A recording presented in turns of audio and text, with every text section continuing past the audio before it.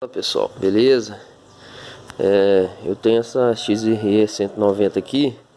E ontem eu tava indo pra roça, né? Tava andando bem. Tava no 125 mais ou menos. Com o acelerador bem puxado, né?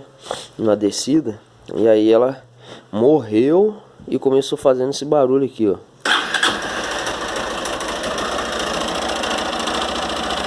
Depois ela pegou de novo e voltou ao normal.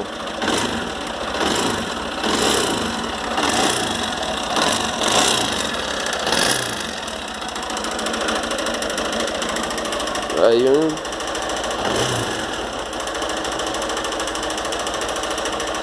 leva na oficina agora pra saber o que que é. Do nada. Parecendo biela, alguma coisa assim.